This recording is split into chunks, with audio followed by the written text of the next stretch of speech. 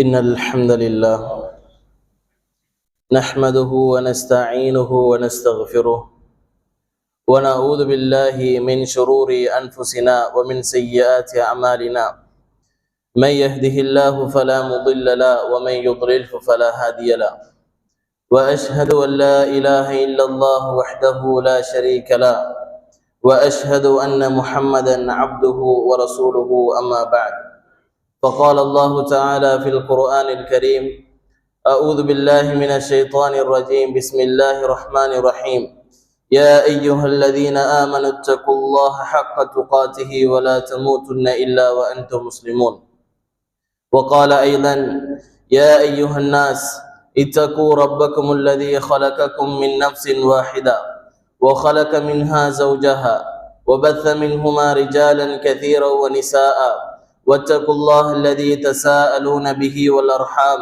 إن الله كان عليكم رقيبا وقال أيضا يا أيها الذين آمنوا اتقوا الله وقولوا قولا سديدا يصلح لكم أعمالكم ويغفر لكم ذنوبكم ومن يطع الله ورسوله فقد فاز فوزا عظيما فإن أصدق الحديث كتاب الله وأحسن الهدي هدي محمد صلى الله عليه وسلم وشر الأمور محدثاتها وكل محدثة بدعة وكل بدعة ضلالة وكل ضلالة في النار. சர்வ புகழும் புகழ்ச்சியும் சர்வலோகத்தை படைத்து பரிபாலித்து போஷித்து காத்து கொண்டிருக்கக்கூடிய வல்ல ரஹ்மான் அல்லாஹுக்கே அல்ஹம்துலில்லாஹ். ஸலவாத்தும் சலாமும் அருமை தூதர் ஸல்லல்லாஹு அலைஹி வஸல்லம் அன்னவர்களின் மீதும் அன்னவர்களின் வாழ்க்கை வழிமுறைகளை பின்பற்றி வாழ்ந்த உத்தம சஹாபாக்கள், தாபிஊன்கள், தபௌ தாபியின்கள் மற்றும் மறுமை நாள் வரைக்கும் அன்னாரின் வழிகாட்டல்களின் பால் நடக்கக்கூடிய நல்லவர்கள் வல்லவர்கள் நம்மவர்கள் எம் அனைவரின் மீதும் அல்லாஹ்வின் புறத்திலிருந்து சாந்தியும் சமாதானமும் என்றென்றும் சாரட்டும் சேரட்டும் என்று ஆரம்பமாக இறைவனை பிரார்த்தனை செய்தவனாக புனித ஜும்ஆவுடைய கடமையை நிறைவேற்றுவதற்காக வேண்டி அல்லாஹுடைய இறை இல்லத்தில் ஒன்று குழுமி இருக்கக்கூடிய அன்பின் இஸ்லாமிய உறவுகளே, இந்த உலகத்தில் மார்க்கத்தில் புதிதாக உண்டாக்கப்படுகின்ற அனைத்து விடயங்களும் பிதுஅத்துக்கள். அந்த பிதுஅத்துக்கள் அனைத்தும் வழிகேடுகள். அந்த வழிகேடுகள் நிச்சயமாக நாளை மறுமை நாளில் எங்களை நரகத்திற்கு கொண்டு போய் சேர்க்கும் என்கின்ற நபிகளாரின் ஒவ்வொரு உரையின் ஆரம்பத்திலும் கூறப்படுகின்ற நல்லுபதேசத்தினை எனது உரையின் ஆரம்பத்திலும் உங்கள் உள்ளத்திலும் சிந்தனையிலும் ஞாபகப்படுத்தியவனாக, அன்பின் இஸ்லாமிய உறவுகளே, துல்ஹஜ்ஜுடைய மாதம் வந்துவிட்டாலே உலமாக்களுடைய நாவுகளிலும் எங்களுடைய நாவுகளிலும் இப்ராஹிம் நபியினுடைய நாமம் நினைவு கூறப்பட்டு கொண்டே இருக்கும். சிலர் குத்துபாக்களிலும் சில உலமாக்கள் வேறு வேறு பயான் நிகழ்ச்சிகளிலும் இப்ராஹிம் நபியினுடைய வாழ்க்கை வரலாறுகள், அவர் இந்த உலகத்திற்காக செய்த தியாகங்கள், இந்த மார்க்கத்தை நிலைநாட்டுவதற்காக அவர் எடுத்துக்கொண்ட யுக்திகள் என்று பல விடயங்களை பற்றி ஞாபகப்படுத்துவதை நாங்கள் பார்க்கின்றோம். அன்பான இஸ்லாமிய சகோதரர்களே, உண்மையில் இப்ராஹிம் நபியினுடைய ஒட்டுமொத்த வாழ்க்கையோ அல்லது இப்ராஹிம் நபி பற்றி அல்லாஹு தஆலா அல் குர்ஆனில் கூறி காட்டியிருக்கக்கூடிய சிறப்புகளையோ அல்லது இப்ராஹிம் நபி இந்த உலகத்தில் செய்த தியாகங்களையோ கூறுவது என்றால், முழுமையாக உங்களுக்கு கூறி காட்டுவது என்றால் அதற்கு எங்களுக்கு ஹுத்பா இடம் கொடுக்காது. அந்த காரணத்தினால் இப்ராஹிம் நபியினுடைய வாழ்வில் சில தருணங்களும் அதில் நாம் அனைவரும் எடுத்துக்கொள்ளக்கூடிய படிப்பினைகளும் என்கின்ற ஒரு தலைப்பில் ஓரொரு விடயங்களை உங்கள் சிந்தனையிலும் உள்ளத்திலும் ஞாபகப்படுத்தலாம் என்று எண்ணுகின்றேன். அன்பான இஸ்லாமிய உறவுகளே, ஆரம்பமாக இப்ராஹிம் நபியை பொறுத்தவரையில் இன்னஹு ஹுவல் அம்பியா, இன்னஹு ஹுவ அபுல் அம்பியா, நிச்சயமாக இப்ராஹிம் நபி அவர்கள் இந்த உலகத்திற்கு அல்லாஹ்வால் அனுப்பப்பட்ட அனைத்து நபிமார்களுடைய தலைவராக இருக்கின்றார். எப்படி முஹம்மது நபி ஸல்லல்லாஹு அலைஹி வஸல்லம் அவர்கள் இந்த உலகத்திற்கு அனுப்பப்பட்ட நபிமார்களுடைய இறுதி நபியாக இருக்கின்றாரோ, அதனை போன்று இந்த உலகத்திற்கு அல்லாஹ்வால் அனுப்பப்பட்ட நபிமார்களுடைய தலைவராக இப்ராஹிம் நபி அவர்கள் இருப்பதை நாங்கள் பார்க்கலாம். அதே நேரம் இந்த உலகத்தில் அல்லாஹ்வால் தேர்ந்தெடுக்கப்பட்ட 5 நபிமார்கள் இருக்கின்றார்கள். அந்த 5 நபிமார்களும் இந்த உலகத்தில் அதீத சோதனைகளையும் தண்டனைகளையும் இந்த உலகத்தில் சுவைத்தவர்கள். அப்படி சுவைத்த 5 நபிமார்களில் ஒரு நபியாகவும் இப்ராஹிம் நபி அவர்கள் இருப்பதை நாங்கள் பார்க்கலாம். அதே நேரம் அல்லாஹு தாலா அல் குர்ஆனில் கூறுகின்ற விடயங்களை எடுத்துக்கொண்டால் சுமார் 69 இடங்களில் அல்லாஹு தாலா இப்ராஹிம் நபியினுடைய பெயரை பயன்படுத்தி இருப்பதை நாங்கள் பார்க்கலாம். இன்னும் நாங்கள் சொல்ல போனோம் என்றால் அல்லாஹு தாலா அல் குர்ஆனில் இப்ராஹிம் நபியினுடைய வாழ்க்கை வரலாற்றை ஒட்டுமொத்தமாக ஒரு அத்தியாயத்தில் கூறாமல் ஆங்காங்கே சுமார் 22 சூறாக்களில் கூறிக்காட்டி இருப்பதை பார்க்கலாம். இன்னும் நாங்கள் சொல்ல போனோமே ஆனால் அல்லாஹு தாலா அல் குர்ஆனில் இப்ராஹிம் என்கின்ற பெயரில் ஒரு அத்தியாயத்தையே எமக்கு வழங்கி இருப்பதை நாங்கள் பார்க்கலாம். அடிக்கடி நாங்கள் படிக்கக்கூடிய ஒரு சூறா தான் சூரத்துல் இப்ராஹிமாக இருக்கின்றது. எனவே அல்லாஹு தாலா இப்படியான சிறப்புகளை இப்ராஹிம் நபி அவர்களுக்கு கொடுத்திருப்பதை பார்க்கலாம். சிறப்பு மட்டும் போதும் இப்ராஹிம் நபி அவர்களை பற்றி ஓதுவதற்கு ஒரு முழுமையான குத்துபாவே இருக்கின்றது. இருப்பினும் இந்த இடத்தில் இப்ராஹிம் நபியை பற்றிய ஒரு சில சிறப்புகளை வழங்குவது பொருத்தம் என்கின்ற அடிப்படையில் அன்பின் இஸ்லாமிய உறவுகளே, அல்லாஹு தாலா இப்ராஹிம் நபி அவர்களுக்கு முதலாவது கொடுத்த மிக பெரும் சிறப்பு என்ன தெரியுமா? இந்த உலகத்தில் இருக்கக்கூடிய சமுதாயம் இருக்கின்றது. இந்த உலகத்தில் இருந்த சமுதாயம், மரணித்த சமுதாயம், இருக்கக்கூடிய சமுதாயங்கள் இருக்கின்றது. அந்த ஒட்டுமொத்த சமுதாயமும் இப்ராஹிம் நபி என்று அல்லாஹு தாலா அடையாளப்படுத்துகின்றான். காரணம் என்ன தெரியுமா? ஒரு சமுதாயம் நின்று செய்ய வேண்டிய அத்துணை வேலைகளையும் இப்ராஹிம் நபி அவர்கள் தனித்து நின்று செயற்பட்டதின் காரணமாக இப்ராஹிம் நபியை ஒரு தனி சமுதாயம் என்று அல்லாஹு தாலா அடையாளப்படுத்தி சிறப்பிப்பதை பார்க்கலாம். அல்லாஹு தாலா சூரத்து நஹலில் 120வது வசனத்தில் அல்லாஹு தாலா குர்ஆனில் கூறுகின்றான், இன்ன இப்ராஹிம கான உம்மத்தன், நிச்சயமாக இப்ராஹிம் அலைஹிஸ்ஸலாம் அவர்கள் அவர் ஒரு தனி உம்மத், கானித்தன் லில்லாஹி, அவர் அல்லாஹ்வுக்கு அடிபணிந்து வணக்க வழிபாடுகளை செய்யக்கூடிய ஒரு நபி, ஹனீஃபா, அவர் இணை வைப்பாளர்களில் ஒருவராக இருக்கவும் இல்லை, வலம் யக்கும் மினல் முஷ்ரிகீன், அவர் இணை வைக்கக்கூடியவர்களில் ஒருவராகவும் இருக்கவில்லை என்று அல்லாஹு தஆலா இப்ராஹிம் நபியை ஒரு தனி சமுதாயமாக அடையாளப்படுத்துவதை நாங்கள் பார்க்கலாம். இன்னும் நாங்கள் சிறப்புகளை சொல்லுவோமே என்றால் இப்ராஹிம் நபியினுடைய மார்க்கம் இருக்கின்றது. அந்த மார்க்கம் இப்ராஹிம் நபி அவர்களுக்கு மட்டும்தான் சொந்தம் என்கின்ற விடயத்தை அல்லாஹு தஆலா அல் குர்ஆனில் கூறுகின்றான்.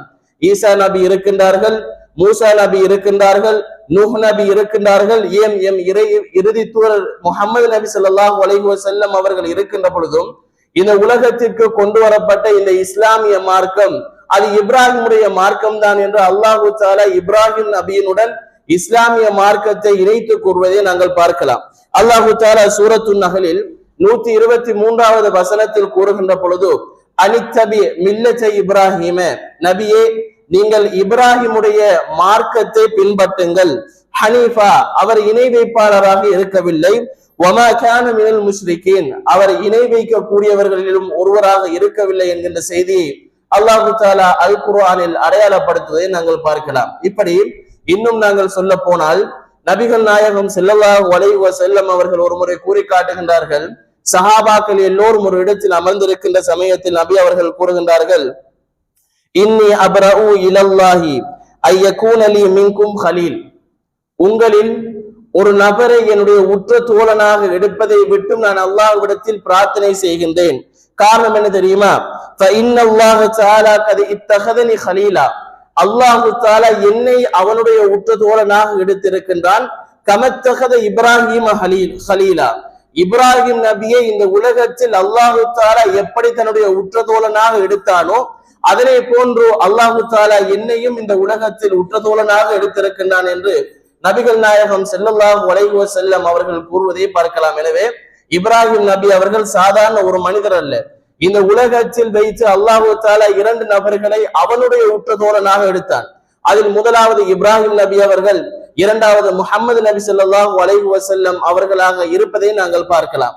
நபி அவர்கள் இவ்வாறான செய்தியை கூறிவிட்டு கூறுகின்றார்கள், உங்களில் ஒரு நபரை என்னுடைய உற்ற தோழனாக நான் எடுப்பதாக இருந்தால் அபூபக்கரை நான் என்னுடைய உற்ற தோழனாக எடுப்பேன் என்கின்ற செய்தியை இறை தூதர் ஸல்லல்லாஹு அலைஹி வஸல்லம் அவர்கள் சஹாபாக்களுக்கு கூறி காட்டியதை பார்க்கலாம்.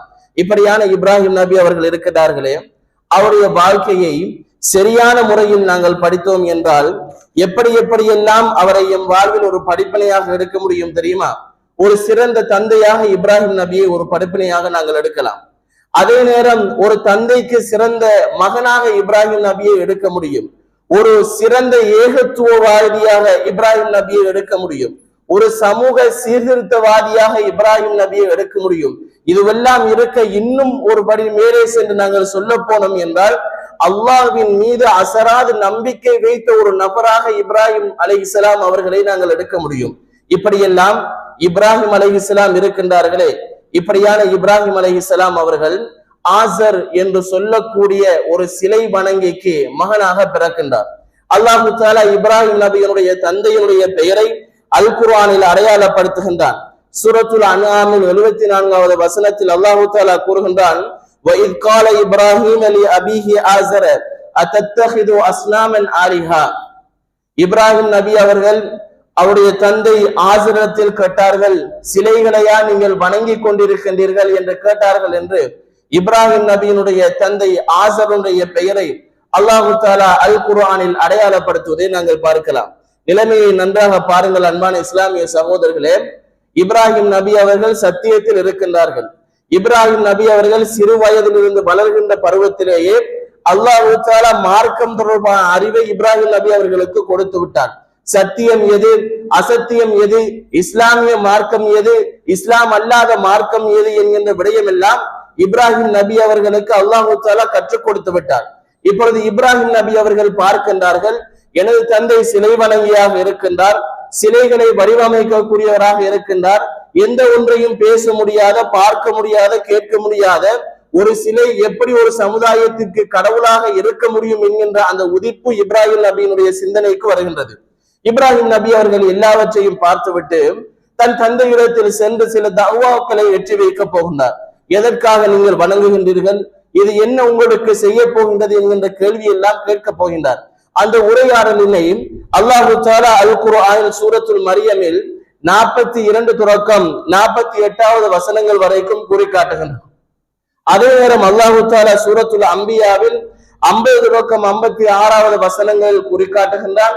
சூரத்து ஷுஆராவிலும் கூறி காட்டுகின்றான். சூரத்து சாஃபாத்திலும் அல்லாஹு தஆலா கூறி காட்டுகின்றான். ஆனால் சூரத்துல் மரியமின் அல்லாஹு தஆலா மிக தெளிவாக அழகாக கூறி காட்டுவதை நாங்கள் பார்க்கலாம். இப்பொழுது இப்ராஹிம் நபி அவர்கள் தந்தையினுடைய நிலைப்பாடு எல்லாவற்றையும் பார்த்துவிட்டு தந்தை இடத்தில் சென்று சில தஅவா பணிகளை மேற்கொள்ள போகின்றார். தன் தந்தையை அழைத்து சில விடயங்களை கூறப் போகின்றார். அல்லாஹு தஆலா அந்த விடயத்தை அல் குர்ஆனில் கூறுகின்றான். எப்படி தெரியுமா? இத் கால லி அபீஹி, இப்ராஹிம் அலைஹிஸ்ஸலாம் அவருடைய தந்தையிடத்தில் கூறுகின்றார், யா அபதி, எனது அருமை தந்தையே, லா லிம தஅபுது, ஏன் நீங்கள் வணங்குகின்றீர்கள், மா லா யஸ்மஉ வலா யுப்சிரு வலா யுக்னி அன்க ஷைஆ, எந்த ஒன்றையும் பார்க்க இயலாத, எந்த ஒன்றையும் கேட்க இயலாத, உங்களுக்கு எந்த ஒரு தீங்கையும் செய்விக்க முடியாத, எந்த ஒரு நலவையும் செய்விக்க முடியாத இந்த சிலைகளை நீங்கள் ஏன் வணங்குகின்றீர்கள் என் அருமை தந்தையே என்று கேட்கின்றார். இரண்டாவதாக கேட்கின்றார், தன் தந்தையிடத்தில் அவர் கொடுக்கக்கூடிய அந்த தஅவா பணியின் பாணியை பாருங்கள். யா அபதி, எனது அருமை தந்தையே, இன்னி கத் ஜாஅனி மினல் இல்ம், உங்களுக்கெல்லாம் வராத ஒரு அறிவு அல்லாஹு தஆலா எனக்கு தந்திருக்கின்றான் வஹீயின் மூலமாக. மாலம் யஅதிக, உங்களுக்கெல்லாம் அந்த அறிவு வரவில்லை. ஃபத்தபினி, நீங்கள் என்னை பின்பற்றுங்கள். அஹ்திக சிராத்தன் சவியா, உங்களுக்கு ஒரு நேரான வழியை நான் காட்டுகின்றேன். நீங்கள் இருக்கக்கூடிய இந்த வழி இருக்கின்றதே, அது மிக மோசமான ஒரு வழி, அல்லாஹுடைய விடயங்களுக்கு மாற்றமான ஒரு வழி. நீங்கள் இந்த வழியை விட்டுவிட்டு என்னை நீங்கள் பின்பற்றுங்கள். ஃபத்தபினி, என்னை நீங்கள் பின்பற்றுங்கள். அஹ்திக சிராத்தன் சவியா, உங்களுக்கு ஒரு நேரான பாதையை நான் காட்டி தருகின்றேன் என் அருமை தந்தையே என்று கூறுகின்றார். கூறிவிட்டு மீண்டும் தந்தையை பார்த்து கேட்கின்றார், யா அபதி லா தஅபுது ஷைத்தான், நீங்கள் ஷைத்தானை வணங்காதீர்கள். இன்ன ஷைத்தான கான லிர்ரஹ்மானி அஸியா, ஷைத்தான் என்பவன் இரக்கமுள்ள கருணையுள்ள அல்லாஹ்வுக்கு மிக விரோதியாக இருக்கின்றான். எனவே எனது அருமை தந்தையே, நீங்கள் ஷைத்தானை வணங்காதீர்கள் என்று கூறுகின்றார். மீண்டும் தன்னுடைய தந்தையிடத்தில் இப்ராஹிம் நபி அவர்கள் கூறுகின்றார்கள், யா அபதி இன்னி அகாஃபு ஐ யமஸ்ஸக அதாபும் மினர் ரஹ்மான், எனது அருமை தந்தையே, நீங்கள் செய்யக்கூடிய இந்த செயல் இருக்கின்றதே, அது மிகவும் பாவகரமான ஒரு செயல். இந்த செயலின் மூலமாக நாளை மறுமை நாளில் கருணையுள்ள அல்லாஹ்விடத்திலிருந்து உங்களுக்கு ஒரு தண்டனை வந்துவிடும் என்பதை நான் பயப்படுகின்றேன். எனவே நீங்கள் இந்த ஷைத்தானை உங்களுடைய உற்ற நேசனாக நீங்கள் எடுத்துக் கொள்ளாதீர்கள் என்று இப்ராஹிம் நபி அவர்கள் தன் தந்தையை பார்த்து கூறுகின்றார்கள். இப்படியெல்லாம் இப்ராஹிம் நபி அவர்கள் பாசத்தை பொழிந்து தன்னுடைய தஅவாவை தன் தந்தைக்கு வழங்கிய சமயத்தில் தன் தந்தையிடத்தில் இப்ராஹிம் நபிக்கு கிடைத்த பதில் என்ன தெரியுமா? இப்ராஹிம் நபியை பார்த்து அவருடைய தந்தை ஆசர் கூறுகின்றார், அராகிபுன் அன்த அன் ஆலிஹதி யா இப்ராஹிம், இப்ராஹிமே, நாங்கள் வணங்கக்கூடிய எங்கள் மூதாதையர்கள் வணங்கிய சிலைகளையா நீ வெறுத்துக் கொண்டிருக்கின்றாய்? ல இல்லம் தன்தகி, நீ இப்பொழுது செய்யக்கூடிய இந்த வேலை இருக்கின்றதே அது மிகவும் எனக்கு வெறுப்புக்குரிய ஒரு செயற்பாடு. அந்த செயற்பாட்டை நீ விடவில்லை என்றால் ல அர்ஜு மன்னக, உன்னை நான் கல்லால் அடித்து கொலை செய்வேன். வஹ்ஜுர்னி மலியா, என்னை விட்டும் நீ கண்காணாத தேசம் ஏதும் இருந்தால் அதற்கு சென்று விடு என்று தன் தந்தை இப்ராஹிம் நபி அவர்களிடத்தில் கூறுகின்றார்கள். அன்பான இஸ்லாமிய சகோதரர்களே, அசத்தியத்தில் தந்தை இருக்கின்றார், சத்திய மார்க்க பாதையில் இப்ராஹிம் அலைஹிஸ்ஸலாம் அவர்கள் இருக்கின்றார்கள். என் தந்தை சிலை வணங்குகின்றார் என்பதற்காக இப்ராஹிம் நபி அவர்கள் கோபப்படவில்லை. தந்தையை பார்த்து யா அபச்சீர், எனதருமை தந்தையை என்று பாசத்தையும் சேர்த்து சொல்லால் கொடுக்கின்றார் இப்ராஹிம் நபியினுடைய தந்தை ஆசருக்கு. ஆனால் அப்படி பல தடவைகள் கூடிய தன் மகனை பார்த்து இப்ராஹிம் அலைஹிஸ்ஸலாமுடைய தந்தை ஆசர் என்ன கூறுகின்றார்? நீ இப்போது செய்ய போகின்ற இந்த செயற்பாட்டை நீ விட்டுவிடவில்லை என்றால் ல அர்ஜுமன்னக, உன்னை நான் கல்லால் அடித்து விரட்டுவேன். வஹ்ஜுர்னி மலியா, தான் பெற்ற பிள்ளையை தந்தை கூறுகின்றார், என் கண்காணாத தேசம் ஏதும் இருந்தால் அதற்கு நீ சென்று விடு, என் கண் முன்னே நீ இருக்க தேவையில்லை என்று கூறுகின்றார். இப்படி எல்லாம் கோபப்பட்ட அந்த தந்தையை பார்த்து இப்ராஹிம் நபி என்ன கூறுகின்றார் தெரியுமா? கால சலாமுன் அலைக், எனது அருமை தந்தையே, உங்களுக்கு அல்லாஹ்வுடைய சாந்தி உண்டாகட்டும். சஅஸ்தக்ஃபிரு லக ரப்பி, என்னுடைய இரட்சகன் அல்லாஹ்விடத்தில் நீங்கள் செய்த இந்த தவறுக்காக நான் மன்னிப்பு கேட்கின்றேன். இன்னஹு கான பிஹி ஹஃபியா, நிச்சயமாக என்னுடைய இறைவன் அல்லாஹு தஆலா அனைத்து விடயங்களையும் ஏற்றுக்கொள்ளக்கூடியவனாக இருக்கின்றான் என்று அந்த தஅவா முறையினை இப்ராஹிம் அலைஹிஸ்ஸலாம் அவர்கள் தன் தந்தைக்கு அந்த இடத்தில் ஏற்றி வைக்கின்றார்கள். அன்பான இஸ்லாமிய சகோதரர்களே, இந்த இடத்தில் நாங்கள் புரிந்து கொள்ள வேண்டிய மிகப்பெரிய பிரதானமான விடயம் என்ன தெரியுமா? இந்த உலகத்தில் அசத்தியத்தில் இருக்கக்கூடிய மனிதர்களை சத்தியத்திற்கு அழைக்கின்ற பொழுது, அல்லது பாவத்தில் இருக்கக்கூடிய மனிதர்களை பாவத்தை விட்டு மார்க்கத்தின் பால் அழைக்கின்ற பொழுது எப்படியான தஅவா பணியில் எப்படியான முறைகளில் நாங்கள் அழைக்க வேண்டும் என்பது மிக பிரதான ஒரு விடயம். அதே நேரம் ஒரு தந்தையிடத்தில் ஒரு மகனாக இருக்கக்கூடிய மனிதன் எந்த அளவுக்கு இரக்க குணமாக நடந்து கொள்ள வேண்டும் என்கின்ற மிக பிரதான ஒரு விடயத்தையும் இப்ராஹிம் நபி அவருடைய இந்த தஅவா முறை எமக்கு தெளிவுபடுத்துவதை நாங்கள் பார்க்கலாம். அன்பான இஸ்லாமிய சகோதரர்களே, சாதாரணமாக எம் சமுதாயத்தில் ஒரு மனிதன் பாவம் செய்கின்றான் என்பதை கண்டுவிட்டோம் என்றால் அவனை சென்று அந்த பாவத்தை நீ விட வேண்டும் என்பதை கூறுவதற்கு முன்னால் அவனை பற்றிய பல தவறான கருத்துக்களையும் தவறான எண்ணங்களையும் சமுதாயத்தில் இருக்கக்கூடிய மனிதனுடைய உள்ளத்தில் நாங்கள் விதைத்து விடுகின்றோம். அந்த மனிதன் அந்த பாவத்தை ஒரு காலத்தில் விட்டாலும் கூட அவன் வீதியால் செல்கின்ற பொழுது இவன் இவ்வாறான பாவத்தை இந்த சமுதாயத்தில் செய்தவன் தானே என்று மக்களால் இழிவுபடுத்தப்படக்கூடிய நிலைப்பாட்டிற்கு நாங்கள் அனைவரும் இந்த உலகத்தில் பாவம் செய்கின்ற மனிதர்களை தள்ளிவிடுகின்றோம்.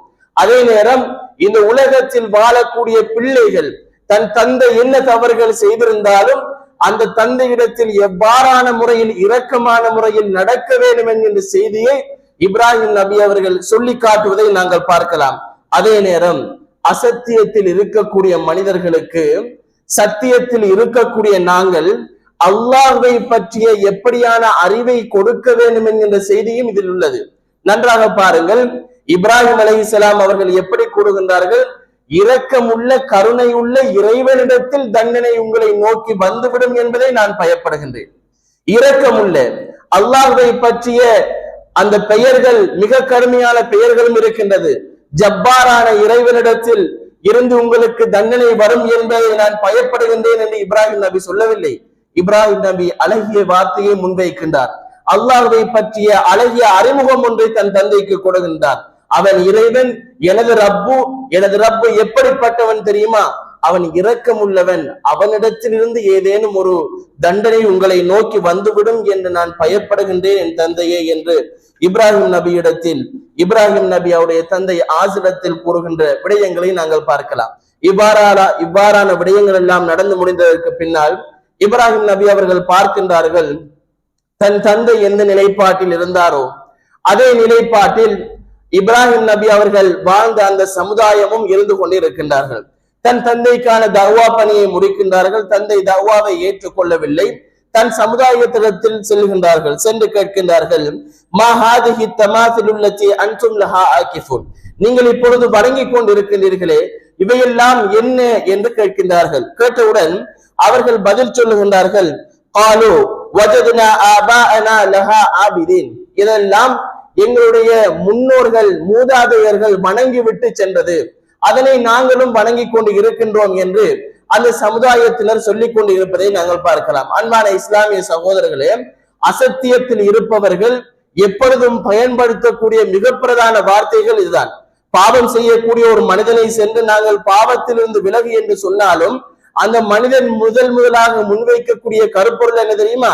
இது என் தந்தை செய்த ஒரு தொழில், இது என்னுடைய மூதாதையர்கள் செய்த ஒரு தொழில், என் வரலாறு எல்லாம் உனக்கு தெரியுமா என்று கேட்டு எங்களை தட்டி கழித்து விட்டு அவர்கள் சென்று விடுவார்கள்.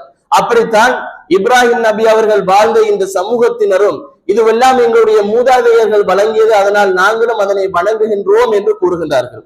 கூற இப்ராஹிம் நபி அவர்களை பார்த்து கூறுகின்றார்கள், லகது குன்தும் அன்தும் வ ஆபாஉக்கும் ஃபீ ضلال முபீன், நீங்களும் உங்களுடைய மூதாதையர்களும் மிக தெளிவான ஒரு வழிகேட்டில் இதுவரைக்கும் இருந்திருக்கின்றீர்கள் என்று கூறுகின்றார்கள்.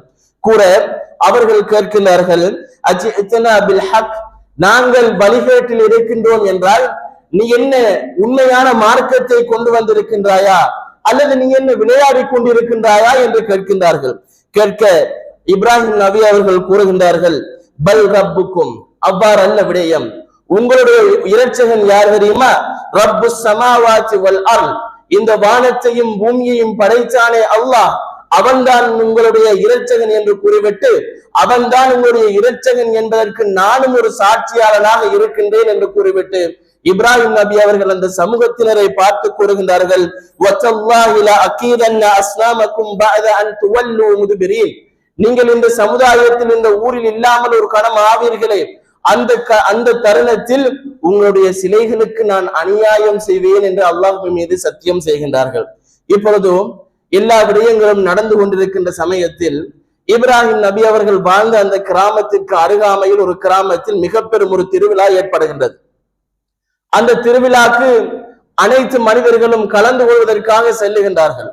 இப்ராஹிம் நபியை அழைக்கின்றார்கள். இப்ராஹிம் நபி அவர்கள் கூறுகின்றார்கள், இன்னி சகீம், நான் நோயாளியாக இருக்கின்றேன், நீங்கள் சென்று வாருங்கள் என்று கூறுகின்றார்கள். இப்ராஹிம் நபியை விட்டுவிட்டு மற்றவர்கள் அனைவரும் திருவிழாக்கு சென்று விடுகின்றார்கள். இப்ராஹிம் நபி அவர்கள் காத்து கொண்டிருந்த தருணம் அவர்களுக்கு கிடைக்கின்றது. இப்ராஹிம் நபி அவர்கள் சிலைகளிடத்தில் சென்று அந்த சிலைகளை பார்த்து கேட்கின்றார்கள், உங்களுக்கு கேட்க முடியாதா? உங்களுக்கு எதனையும் பார்க்க முடியாதா? உங்களுக்கு முன்னிலையில் உணவு வைக்கப்பட்டிருக்கின்றதே, அந்த உணவை உங்களுக்கு உண்ண முடியாதா என்றெல்லாம் கேட்டுவிட்டு அவர் தன்னுடைய பலக்கரத்தால் ஓங்கி ஒரு அடிவிடுகின்றார். ஒரு சிலை உடைந்து விடுகின்றது. அதற்கு பின்னால் எல்லா சிலைகளையும் இப்ராஹிம் நபி அவர்கள் உடைத்து விட்டு உடனடியாக அவர் இருந்த இருப்பிடத்திற்கு சென்று விடுகின்றார்கள். இப்போது திருவிழாக்கு சென்ற அனைவரும் வருகின்றார்கள். வந்து பார்க்கின்றார்கள், சிலைகள் அனைத்தும் உடைந்து கொண்டிருக்கின்றது. அவர்கள் கேட்கின்றார்கள், மன் ஃபஅல ஹாதா பி ஆலிஹத்தினா இன்னஹு லமினல் ஸாலிமீன், எங்களுடைய சிலைக்கு இந்த மிக பெரும் ஒரு அநியாயத்தை செய்த நபர் யார்? நாங்கள் இல்லாத சமயத்தில் இப்படி ஒரு மிக பெரும் ஒரு கெட்ட செயலை செய்த நபர் யார் என்று பேசிக் கொண்டிருக்கின்ற சமயத்தில் கூறப்படுகின்றது, சமீனா ஃபதன் யذ்குருஹும் யுகாலு லஹு இப்ராஹிம், எம் சமுதாயத்தில் இப்ராஹிம் என்கின்ற ஒரு இளைஞன் இருந்தான், அவன்தான் எங்கள் சிலைகளுக்கெல்லாம் மாற்றமான பேச்சுக்களையும் வார்த்தைகளையும் பேசிக்கொண்டு இருந்தான். நிச்சயமாக நாங்கள் இல்லாத இந்த சமயத்தில் அந்த இப்ராஹிம் என்று சொல்லக்கூடிய அந்த இளைஞன் தான் எங்களுடைய சிலைகளை உடைத்திருக்க கூடும் என்று கூறுகின்றார்கள். கூற இப்ராஹிம் நபியிடத்தில் சென்று, அன்த ஃபஅல்த ஹாதா பி ஆலிஹத்தினா யா இப்ராஹிம், இப்ராஹிமே எங்களுடைய சிலைகளுக்கு இந்த மிக பெரும் ஒரு அநியாயத்தை செய்தது நீதானா என்று கேட்கின்றார்கள். இப்ராஹிம் நபி அவர்கள் என்ன கூறுகின்றார்கள் தெரியுமா? நான் செய்யவில்லை, இங்கு இருக்கின்றதே மிக பெரும் ஒரு சிலை, அந்த சிலைதான் செய்திருக்கும். நீங்கள் அந்த சிலையிடத்தில் சென்று கேட்டு பாருங்கள், உடைக்கப்பட்டிருக்கக்கூடிய இந்த சிலைகள் எல்லாம் பேசும் என்றால் இப்பொழுது உடைக்கப்பட்டிருக்கக்கூடிய இந்த சிலைகள் எல்லாம் பேசும் என்றால் அந்த சிலைகளிடத்தில் நீங்கள் சென்று கேட்டு பாருங்கள் யார் உங்களை உடைத்தது என்று. அது பதில் கூறினால் என்னிடத்தில் வாருங்கள் என்று அனுப்புகின்றார்கள். அவர்கள் சென்று தங்களுக்குள்ளேயே பேசிக் கொண்டிருக்கின்றார்கள், நாங்கள் தானடையா அநியாயம் செய்து கொண்டிருக்கின்றோம் இந்த சமுதாயத்தில் என்று. அசத்தியவாதிகள் அவருடைய அசத்திய தன்மையை தன்னுடைய நாவுகள் ஏற்றுக்கொண்ட தருணம் அது. அவர்கள் செய்வது பிழைதான் என்று அவருடைய நாவாலேயே ஏற்றுக்கொள்ள வைத்தார்கள் இப்ராஹிம் அலைஹிஸ்ஸலாம் அவர்கள். இப்ராஹிம் நபியிடத்தில் வருகின்றார்கள், வந்து கேட்கின்றார்கள், என்று அவர்கள் கேட்டதன் பின்னால் கேட்கின்றார்கள், அவருடைய தலைகள் குனிந்தபடி இப்ராஹிம் நபியிடத்தில் வந்து அவர்கள் கேட்கின்றார்கள், இப்ராஹிமே உனக்கு தெரியாதா இந்த சிலைகள் எல்லாம் பேச மாட்டாதா என்று உனக்கு தெரியாதா என்று கேட்கின்றார்கள். இப்ராஹிம் நபி அவர்கள் அந்த இடத்தில் தன்னுடைய தஅவா பணியை ஆரம்பிக்கின்றார்கள். எப்படி தெரியுமா? இப்ராஹிம் நபி அவர்கள் கேட்கின்றார்கள்,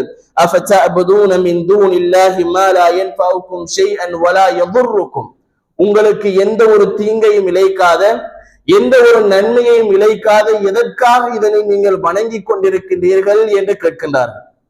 கேட்க அந்த சமூகத்தினர் ஆத்திரப்படுகின்றார்கள். ஆத்திரப்பட்டு கூறுகின்றார்கள்,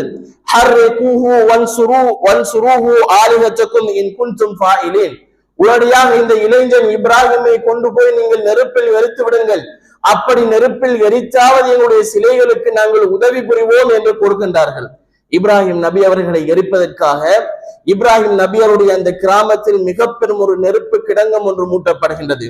சாதாரண நெருப்பு கிடங்கம் அல்ல. நெருப்பு என்பது ஒரு மனிதனை சுட்டரிக்கும் என்பது நாம் யாவரும் அறிந்த ஒரு விடயம். அப்படியாக இருக்கின்ற சமயத்தில் இப்ராஹிம் நபி அவர்களை எரிப்பதற்காக இப்ராஹிம் நபி அவர்கள் அழைத்து செல்லப்படுகின்றார்கள். குதிப்பதற்காக காத்து கொண்டிருக்கின்ற அந்த சமயத்தில் இப்ராஹிம் நபியினுடைய உள்ளத்தில் இருந்த எண்ணம் தெரியுமா?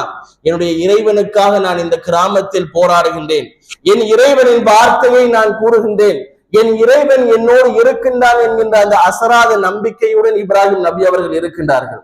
யாரும் நினைத்து பார்க்க முடியாத ஒரு செயற்பாடு. இயற்கை என்பது நெருப்பு என்றால் அது ஒரு மனிதனை சுட்டரிக்கும் என்பதுதான் எமக்கெல்லாம் தெரியும். ஆனால் அல்லாஹ்வுடைய அசராத நம்பிக்கை இயற்கையையும் மாற்றி அமைக்கும் என்று நாங்கள் அனைவரும் புரிவதற்கு மிக பெரும் ஒரு எடுத்துக்காட்டு இப்ராஹிம் நபி அவருடைய வாழ்க்கை வரலாறு. இப்ராஹிம் அவர்கள் அல்லாஹ்வின் மீது நம்பிக்கையோடு அந்த இடத்தில் அந்த நெருப்பு கிடங்கத்திற்குள் குதிக்கின்றார்கள். அல்லாஹு தஆலா கட்டளை இடுகின்றான், யா நார் கூனி பர்தன் வ ஸலாமன் அலா இப்ராஹிம், ஏ நெருப்பே இப்ராஹிமுக்கு நீ ஒரு சலாமத்தான ஒரு குளிராக நீ மாறிவிடு என்று நெருப்புக்கு கட்டளையிட இப்ராஹிம் நபி அவர்கள் குதித்தவர்கள் அந்த இடத்தில் சுட்டரிக்கப்படாமல் மீண்டும் அந்த நெருப்பு கிடங்கத்திலிருந்து வெளியே வருகின்றார்கள். அந்த இடத்தில் அவர்கள் அனைவரும் தலைகுனிந்து நிற்கின்றார்கள். அல்லாஹு தஆலா அந்த விடயத்தை கூறுகின்ற பொழுது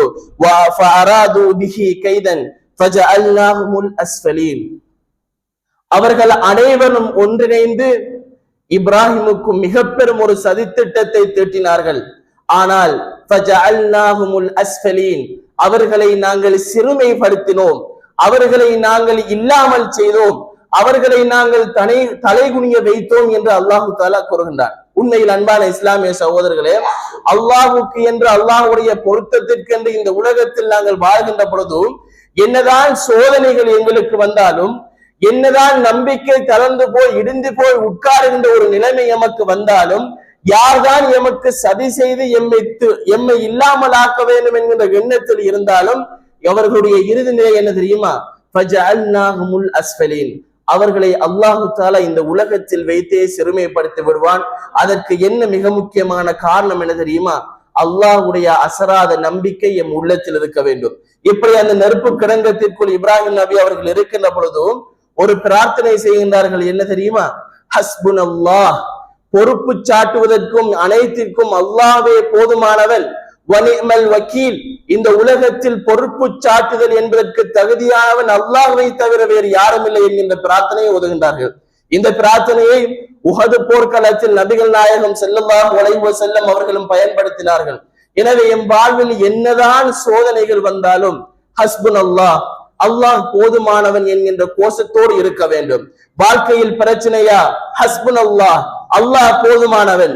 பரீட்சையில் தோல்வியா, ஹஸ்புனல்லாஹ், அல்லாஹ் போதுமானவன். வியாபாரத்தில் தோல்வியா, ஹஸ்புனல்லாஹ், அல்லாஹ் போதுமானவன்.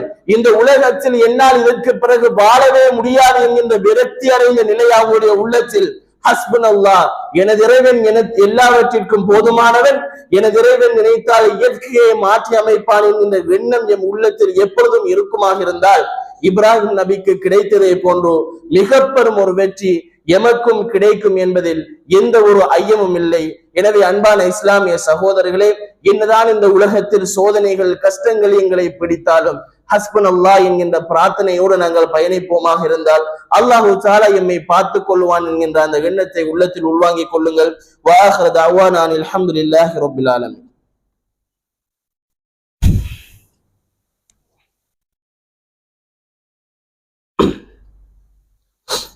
அல்ஹம்துலில்லாஹ் வஸ்ஸலாத்து வஸ்ஸலாமு அலா ரசூலில்லாஹ் முஹம்மது இப்னி அப்துல்லாஹ் அம்மா பஅத்.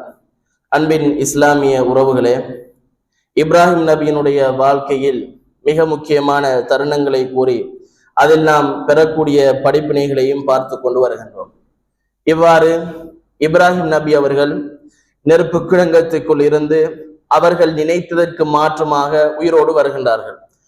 வந்ததற்கு பின்னால் இப்ராஹிம் நபியினுடைய அந்த காலத்தில் இருந்த நம்ரூத் என்று சொல்லக்கூடிய கொடுங்கோல் ஆட்சியாளன் இப்ராஹிம் நபி அவர்களை அவனுடைய அரசவைக்கு அழைக்கின்றான்.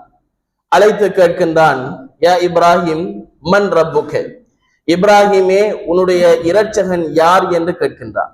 இப்ராஹிம் நபி அவர்கள் கூறுகின்றார்கள், ரப்பி அல்லதி யுஹ்யி வ யுமீத், எனது இரட்சகன் அவன் உயிர்ப்பிக்கவும் செய்வான் மரணிக்கவும் செய்வான், அவன் தான் என்னுடைய இரட்சகன் அல்லாஹ் என்று கூறுகின்றான். அந்த இப்ராஹிம் நபியினுடைய வார்த்தையை கேட்ட அந்த நம்ரூத் மன்னன் கூறுகின்றான், அன உஹ்யி வ யுமீத், நானும் மரணிக்க செய்வேன் நானும் உயிர் பிழைக்க செய்வேன் என்று சொல்லிவிட்டு 2 சிறை கைதிகளை அழைத்து ஒருவரை கொலை செய்துவிட்டு ஒருவருக்கு வாழக்கூடிய வாய்ப்பை கொடுத்து அனுப்புகின்றான். அனுப்பிவிட்டு கூறுகின்றான், இப்ராஹிமே, நானும் ஒருவனை மரணிக்க செய்திருக்கின்றேன், என் விருப்பம். நானே ஒருவனை வாழ வைக்க சென்று சொல்லி இருக்கின்றேன், அதுவும் என் விருப்பம். எனவே நானும் கடவுள்தான் என்று அந்த இடத்தில் வாதிடுகின்றார். இப்ராஹிம் நபி அவர்கள் யுக்தியாக ஒரு பதில் சொல்லுகின்றார்கள், அரசனே, எனது இறைவன் இருக்கின்றானே அல்லாஹு தஆலா, அவன் கிழக்கில் இருந்து சூரியனை உதயமாக்குகின்றான். உன்னால் முடியும் என்றால் நீ மேற்கில் இருந்து சூரியனை உதயமாக்கி காட்டு பார்ப்போம் என்று கூறுகின்றான். ஃபபுஹிதல்லதி கஃபர், அந்த இடத்தில் தலை குனிந்து அவன் சொன்ன வார்த்தைக்கு மாற்றமாக நடந்ததன் காரணமாக அந்த இடத்தில் வெட்கி தலை குனிந்து அந்த அரசன் இருக்கின்றான். இவ்வாறெல்லாம் இருக்கின்ற இந்த சமயத்தில் இப்ராஹிம் நபிக்கு அவர் பிறந்ததிலிருந்து இறுதி வரைக்கும் அவருக்கு சோதனை தான் வந்து கொண்டிருக்கின்றது. சிலைகள் வணங்குகின்ற விடயத்தில் தந்தையால் சோதனை, பிறகு சமுதாயத்தினரால் சோதனை, அதற்கு பிறகு கொலை முயற்சி ஒன்று ஏற்படுகின்றது, அதில் அவருக்கு மிக பெரும் சோதனை, பிறகு அரசனுடன் வாதாடுகின்ற சந்தர்ப்பத்தில் சோதனை. இவ்வாறெல்லாம் சோதனையெல்லாம் தாங்கிக் கொண்டிருக்கின்ற இந்த சமயத்தில் அல்லாஹு தஆலா இப்ராஹிம் அலைஹிஸ்ஸலாம் அவர்களுக்கு மிக வயதான நிலைமையில் ஒரு பிள்ளையை கொடுக்கின்றார்.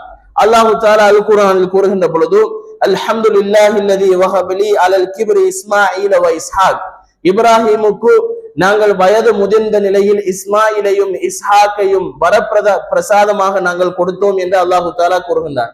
இப்படி கைக்குழந்தை மனைவி ஹாஜர் அலைஹிஸ்ஸலாம் அவர்கள் உடன் இருக்கின்றார்கள்.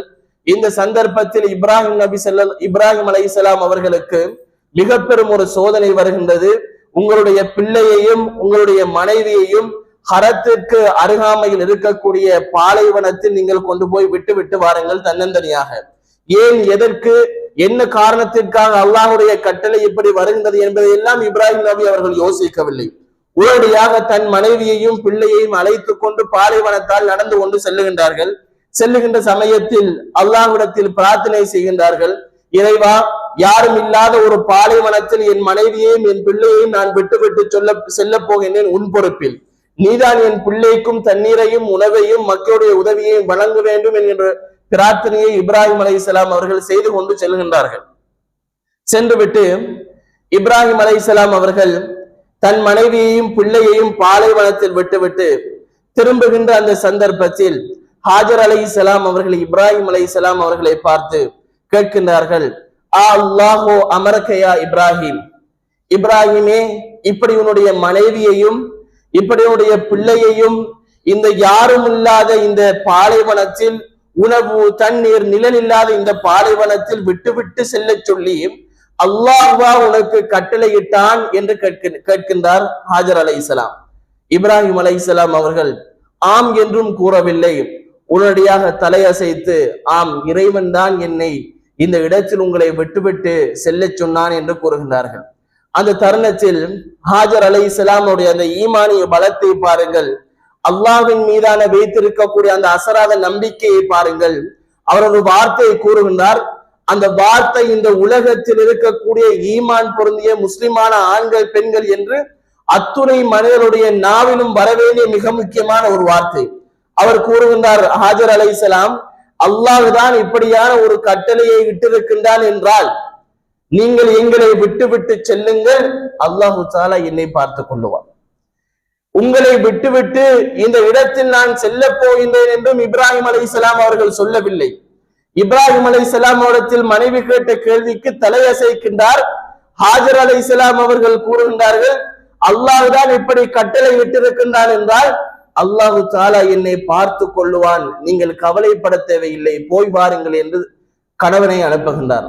அன்பான இஸ்லாமிய சகோதரர்களே, இப்படி எல்லாம் நடந்து முடிந்ததற்கு பின்னால் அல்லாஹ்விடத்தில் கேட்ட பிரார்த்தனை, ஹாஜர் அலைஹிஸ்ஸலாம் அவர்களுக்கு ஜம்சம் நீர் கொடுக்கப்படுகின்றது, ஈத்தம்பலம் கொடுக்கப்படுகின்றது. அவர்கள் வாழ்ந்து கொண்டிருக்கின்றார்கள்.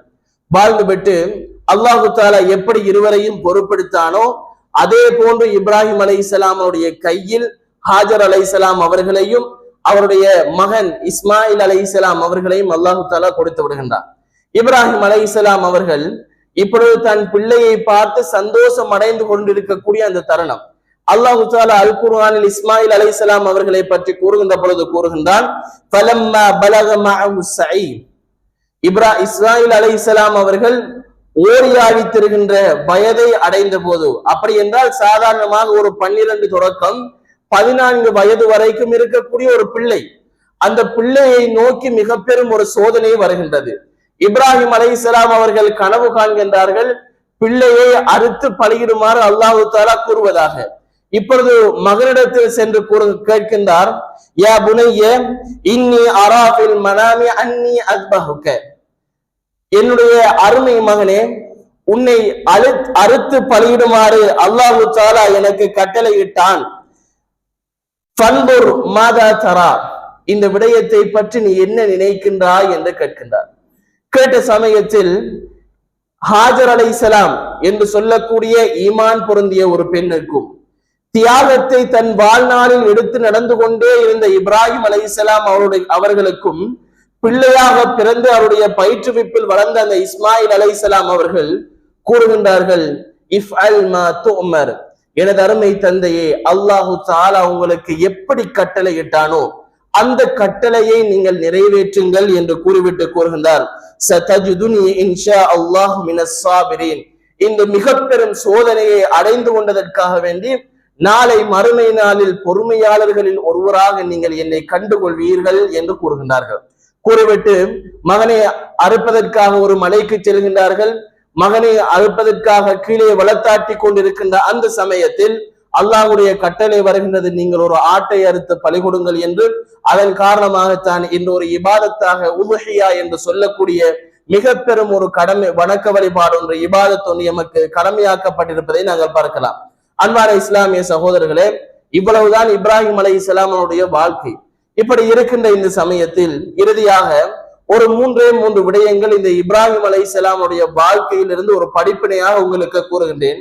இந்த உலகத்தில் இருக்கக்கூடிய மனிதர்கள் உங்களுடைய வாழ்நாளை செம்மையாக மாற்றி வெற்றி பெற வேண்டும் என்று எண்ணினால், அல்லது நாளை மறுமை நாளில் அல்லாஹ்விடத்தில் வெற்றி பெற வேண்டும் என்று எண்ணினால், இப்ராஹிம் நபி அவர்களை போன்று 3 விடயங்களை நாங்கள் கையாள வேண்டும். அந்த 3 விடயங்களும் சரியான முறையில் எங்கள் உள்ளத்தில் புரியப்பட்டு எம் வாழ்நாளில் நாங்கள் அதனை செயற்படுத்துவோமாக இருந்தால் நிச்சயமாக இந்த உலகத்தில் எல்லா தடைகளையும் நாங்கள் தாண்ட முடியும். முதலாவது என்ன விடயம் தெரியுமா? என்னதான் இந்த உலகத்தில் நடந்தாலும், என்னதான் சோதனைகள் வந்தாலும், என்னதான் சந்தோஷங்கள் வந்தாலும் அவைகளை அனைத்தும் அல்லாஹுடைய கலா கதர் என்று விட்டுவிட வேண்டும். என்னதான் இந்த உலகத்தில் நடந்தாலும் சரி, குடும்பத்திற்குள் ஏதேனும் பிரிவுகள் அல்லது மரணம் அல்லது வேறு வேறு விபத்துக்கள் அல்லது நஷ்டங்கள் அல்லது வியாபாரத்தில் மோசடிகள் என்று எது இந்த உலகத்தில் நடந்தாலும் அத்துணை விடயங்களும் கலா கதிர். அல்லாஹு தஆலா இவ்வாறு இந்த தருணத்தில் இந்த நிமிடத்தில் இப்படித்தான் நடக்க வேண்டும் என்று எழுதியிருக்கின்றான் என்கின்ற அந்த உறுதியான எண்ணம் எம் உள்ளத்தில் வர வேண்டும். இரண்டாவதாக என்ன தெரியுமா? பொறுமை. எந்த நிலையிலும் பொறுமையாக இருக்கக்கூடியவர்களாக நாங்கள் இருக்க வேண்டும். என்னதான் சோதனைகள் வந்தாலும் பொறுமையை நாங்கள் கைவிட முடியாது. என்னதான் கஷ்டங்கள் வந்தாலும் பொறுமையை நாங்கள் கைவிடக்கூடாது. என்னதான் உறவுகளுக்கு மத்தியில் பிரிவுகள் வந்தாலும் நாங்கள் அந்த பிரிவுகளை எண்ணி நாங்கள் கவலைப்படக்கூடாது, பொறுமை இழக்கக்கூடாது. அப்படி பொறுமை இழக்காமல் நாங்கள் இருப்போமாக இருந்தால் இந்த உலகத்தில் நாங்கள் வெற்றி பெற்று விடுவோம் என்பதற்கு மிக பெரும் ஒரு அடையாளமாக அது மாறும். இறுதியாக என்ன தெரியுமா? அல்லாஹ்வின் மீது தவக்குல் வைக்க வேண்டும். என்ன விடயத்தை ஆரம்பிப்பதாக இருந்தாலும் அல்லாஹ்வின் மீது தவக்குல் வைக்க வேண்டும். இப்ராஹிம் நபி அவர்கள் அந்த நெருப்பு கிடங்கத்திற்குள் குதிப்பதற்கு முன்னால் அல்லாஹ்வின் மீது நம்பிக்கை தவக்குல் வைத்து இருந்தார்கள். மூசா நபியினுடைய வாழ்க்கை வரலாற்றை பாருங்கள். ஃபிரௌனுடைய படை துரத்தி கொண்டு வருகின்றது. மூசா நபியையும் அவருடைய படையையும் கொலை செய்வதற்காக வேண்டி முன்னால் கடல் இருக்கின்றது. அதற்கு அங்கால் போக முடியாத ஒரு நிலைப்பாடு, இயற்கைக்கு மாற்றமான ஒரு நிலை, அந்த இடத்தில் கடல் பிளப்பது என்பது. ஆனால் அல்லாஹ்வின் மீது அயராத நம்பிக்கை வைத்திருந்தார். கடல் பிளந்து மூசா நபிக்கு அந்த இடத்தில் வழியமைத்ததை நாங்கள் பார்க்கலாம். எனவே அன்பான இஸ்லாமிய சகோதரர்களே, இந்த உலகத்தில் என்ன சிறிய நிகழ்வுகளை நீங்கள் ஆரம்பிப்பதாக இருந்தாலும் சரி, என்னதான் ஒரு விடயத்தை நீங்கள் ஆரம்பிப்பதாக முன்னெடுப்பதாக இருந்தாலும் சரி, நீங்கள் அல்லாஹ்வின் மீது தவக்குல் வைத்து ஒரு விடயத்தை ஆரம்பிப்பீர்களாக இருந்தால் அந்த விடயத்தில் மிக பெரும் ஒரு வெற்றியை காண முடியும். எனவே இந்த இப்ராஹிம் அலைஹிஸ்ஸலாம் அவருடைய இந்த வாழ்க்கை வரலாற்றில் இந்த மூன்று விடயங்களை உங்கள் உள்ளத்தில் நான் தந்துவிட்டு செல்லுகின்றேன். முதலாவது, எது நடந்தாலும் கலா கதிர், அது அல்லாஹுடைய ஏற்பாடு என்று நம்புங்கள். இரண்டாவது, என்னதான் விடயங்கள் இந்த உலகத்தில் நடந்தாலும் அதில் பொறுமையாக இருங்கள். மூன்றாவது, என்னதான் விடயத்தை நீங்கள் ஆரம்பிப்பதாக இருந்தாலும் செய்வதாக இருந்தாலும் அதில் அல்லாஹ்வின் மீது நம்பிக்கை வைத்து செய்யுங்கள். நிச்சயமாக இப்ராஹிம் அலைஹிஸ்ஸலாம் அவர்கள் எப்படி சோதனைகளை தாண்டி வெற்றி அமைத்தாரோ அதனை போன்று அல்லாஹு தஆலா இந்த உலகத்தில் எங்களையும் வெற்றி பெற செய்வான். وآخر دعوانا الحمد لله رب العالمين. أقول قولي هذا أستغفر الله لي ولكم ولسائر المسلمين من كل ذنب فاسألوا واستغفروا إنه هو الغفور الرحيم.